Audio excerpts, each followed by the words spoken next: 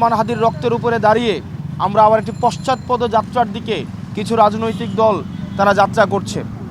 আমরা যত আগ্রাসন বিরোধিতাকে উপেক্ষা করে আমরা সামনের দিকে এগিয়ে যেতে চাচ্ছি, স্বনির্ভরতার দিকে এগিয়ে যেতে চাচ্ছি, কিন্তু আমরা দেখতে পাচ্ছি সেখানে বিএনপি সহ অনেকগুলো রাজনৈতিক দল তারা একটি পশ্চাৎপদ যাত্রা তারা শুরু করেছে।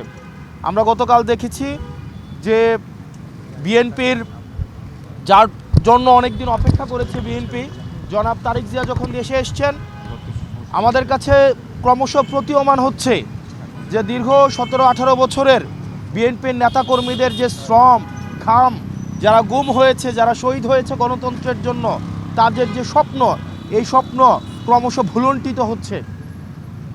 গতকাল তারেক জিয়ার সাথে যারা দেখা করেছে তারা এই জুলাই অভ্যুত্থানের বিপক্ষে ছিল, যারা দেখা করেছে তারা তারেক জিয়ার জন্য যেই কর্মীরা দীর্ঘ 17 বছর নির্যাতন নিপীড়িত হয়েছে, যারা গণতন্ত্রের জন্য, ভোটের অধিকারের জন্য নির্যাতন নিপীড়িত হয়েছে, যারা পরিবারের সাথে থাকতে পারেনি, মামলা হামলার জন্য যারা বাসায় যেতে পারেনি, যারা বিএনপির সাধারণ নেতাকর্মীদের হত্যার বৈধতা উৎপাদন করেছে, যেসব মিডিয়া, যেসব মাফিয়া, যেসব লুটেরা, তাদের সাথে গতকাল দেখলাম জনাব তারেক জিয়া রহমানের হাস্যোজ্জ্বল ছবি।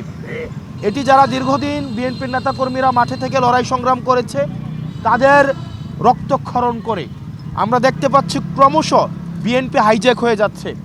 আমরা শুরু থেকে বলেছিলাম শহীদ জিয়ার যেই আদর্শিক যে বিএনপি, এই বিএনপি থেকে ক্রমশ বিএনপি সরে যাচ্ছে এবং বিএনপি কাদের দ্বারা এবং কিভাবে হাইজ্যাক হয়ে যাচ্ছে তা আমরা আমাদের সামনে আমরা দেখতে পাচ্ছি। একই সাথে সাথে নির্বাচনকে সামনে রেখে প্রশাসনের যেই নগ্ন ভূমিকা আমরা দেখতে পাচ্ছি তা আমাদেরকে বিগত 3টে ইলেকশনের কথা মনে করিয়ে দেয়। আমরা প্রশাসনের যে আচরণ, সেই আচরণ জুলাইয়ের পরবর্তীতে আমরা ভেবেছিলাম সেটির ইতিবাচক, সেটির পরিবর্তন হবে। দুঃখজনক বিষয় হচ্ছে তাদের সে আচরণ, যে স্তাবকের যে আচরণ, একটি দলকে যেভাবে আনকন্ডিশনালি যেভাবে সাপোর্ট দিয়ে যাচ্ছে যে আচরণ, সেটি আমাদেরকে আহত করছে। এভাবে যদি চলতে থাকে তাহলে এই সরকারি অর্থ অপচয় করে এই নির্বাচনের কোনো প্রয়োজন নেই।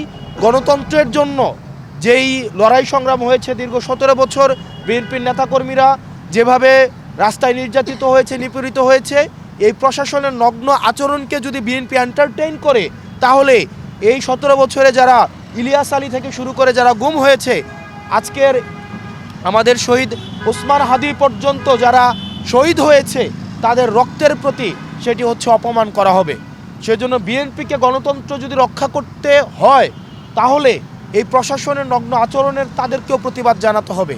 আর যদি প্রতিবাদ না জানায় তাহলে জনাব তারেক জিয়া সাহেবকে নির্বাচন কমিশনারের সাথে বসে ওনারা কয়টা আসন চায় সেটি দিয়ে এই জনগণের সাথে কোনো প্রহসন করার আসলে আমি প্রয়োজন বোধ করি না। ডিসিরা, এসপিরা নগ্নভাবে এই নির্বাচনে হস্তক্ষেপ করছে।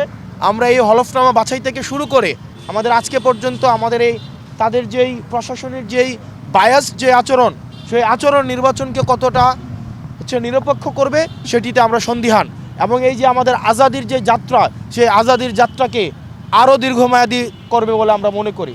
সেজন্য সরকার থেকে শুরু করে নির্বাচন সংশ্লিষ্ট প্রত্যেকটি কর্তৃপক্ষ, ছাত্র জনতা এবং যারা ভোট দিবে তাদেরকে সচেতন হতে হবে।